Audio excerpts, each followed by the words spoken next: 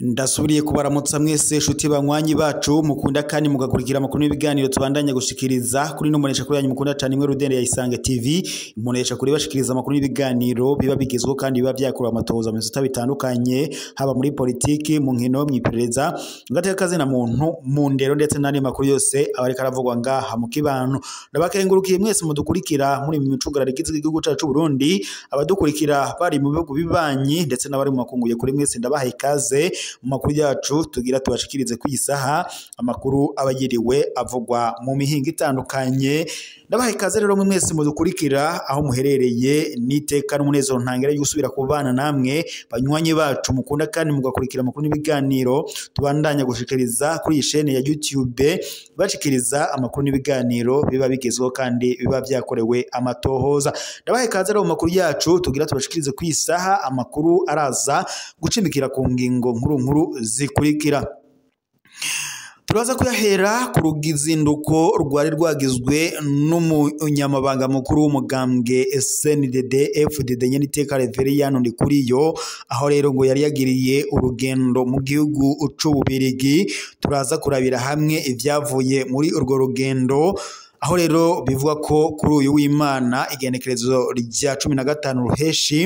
umunyamabanga mukuru w'umugambwe uri ku butegetsi SNDD FDD Nyeniteka Reverien Ndikuriyo aribwo yari akukurutse ava mu gihugu c'Ububirigi aho rero hari inama yari yitabiriye y'abahagarariye imigambwe yabo mu bihugu bitandukanye rukaba rero ari uruzinduko yari yagiriyeyo ku munsi w'ejo byose turaza kubigaruka ko turabire hamwe kubishikiye indege yari mureruye turaza kandi no kurabira hamwe ibiriko biravugwa ku bwicanyi buriko burakogwa mu ntara zitandukanye nk'Igitega ndetse n'ahandi hatandukanye ndetse kuri ubu ngubu binateye ubwoba abanyagihugu bakaba batabaza inzego zijejwe umutekano ngaha mu Burundi byose turaza kubigaruka ko ku buryo bw'idonido imuze kujya kure y'imbonesha kuri yanyu mukunda cyane imwe Rudende ya Isange TV imbonesha kuri bashikiriza amakuru n'ibiganiro biba bigezweho kandi biba byakorewe amatohoza reka mbibutse mu fyonde sabone ndetse na partage niba mutaravyonda kugira muze muraba mbere kubona amakuru n'ibiganiro tuba turiko turabashikiriza 5 kuri 5 reka rero mbahe kaze twarimo turababwira amakuru yacu ku buryo bw'ipfunyapfunyo mu kanya ni ku buryo bw'idonido reka subire rero ndabahe kaze mu makuru yacu ku buryo bw'idonido tugira duhere ko ariko aravuga ngaha mu Burundi ku igenekerezo rya 14 ruheshi umwaka umukuru w'umugambwe uri ku butegetsi SNDD FDD Nyeniteka Reverien Ndikuriyo akaba yari yagize uruzinduko rumushikana mu gihugu c'Ububirigi aho rero yari yagiye kwitabira ibiganiro by'abahagarariye imigambwe yabo ndetse ngo nuko boteza imigambwe yabo imbere uyu rero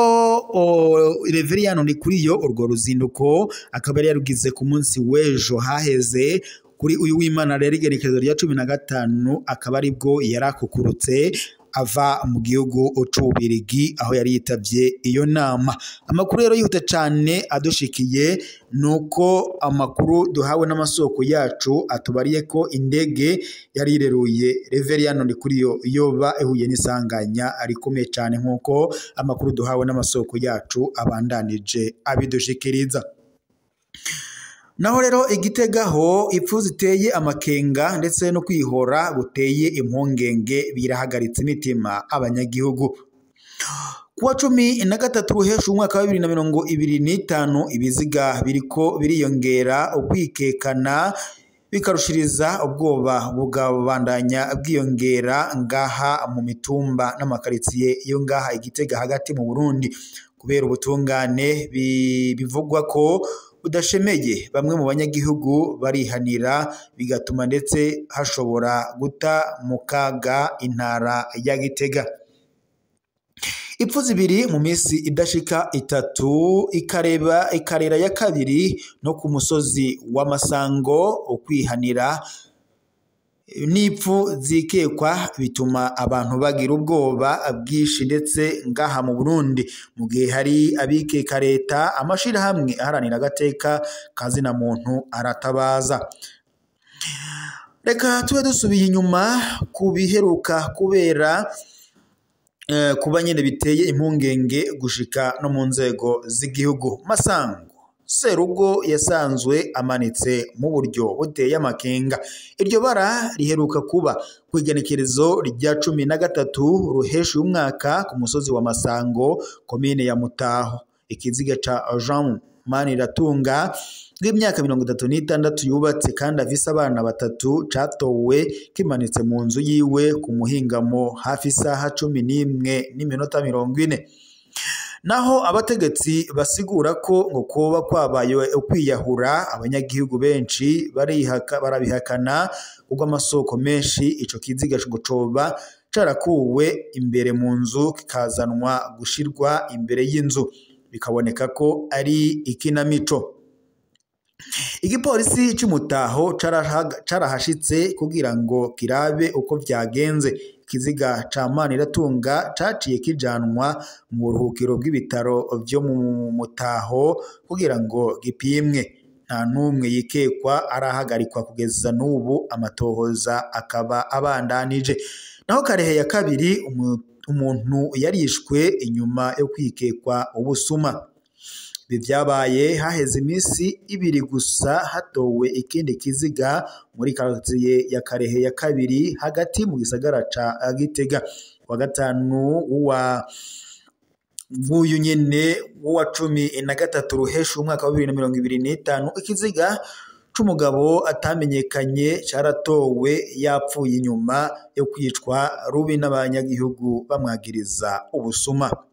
Kubw'intahe za mbere uwo yishwe ngo yoba yarashengejwe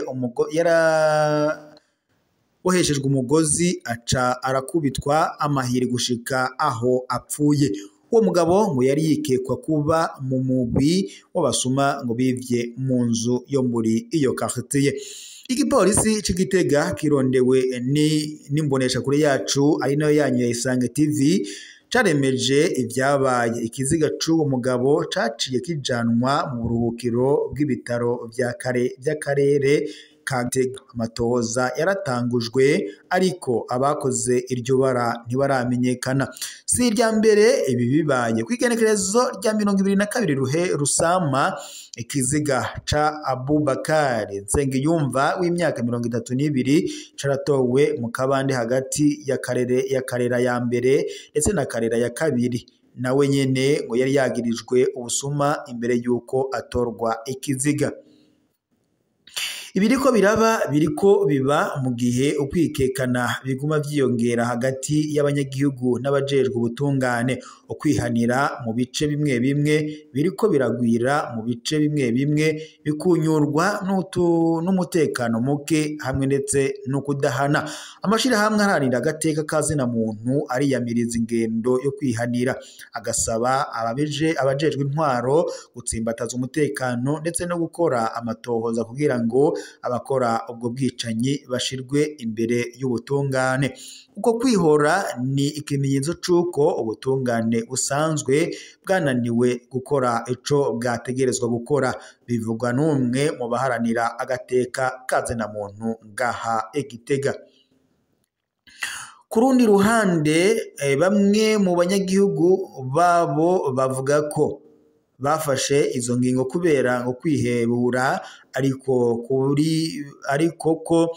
kubwa benshi mu babikurikiranira hafi inyishu itegerezwa guca mu kunonosora ibijanye n'amategeko ndetse no kugarukana ivyihuta icizere hagati y'abanyagihugu n'inzego za leta. Nihabura inyishu zifadika, ubwicanyi n'akarenganyo birashobora kwaka indaro mu makaritiye yo mu gisagara ca Gitega nkuko bishikirizwa na bamwe mu banyagihugu babikurikiranira hafi. Reka rero shimire mwese mwari kumwe natwe mu makuru kagato tubashikiriza igisaha, tubaye dusozereye amakuru ngaha turaza gusubira. Gusa ndeka ndabibutse nimba mutarapyonda sabone na partage mu fyonde kugira muze muraba mbere kubona amakuru n'ibiganiro tubandanya gushikiriza kuri no munesha kuri yanyu mukunda cyane imwe Rudende ya Isange TV, umunesha kuri bashikiriza amakuru n'ibiganiro biba bigezweho kandi biba byakorewe amatohoza. Byari iteka n'umunezero ntangire rero kuba twari kumwe namwe mwanywanyi mubona natwe amakuru n'ibiganiro tubandanya kubashikiriza 5 kuri 5.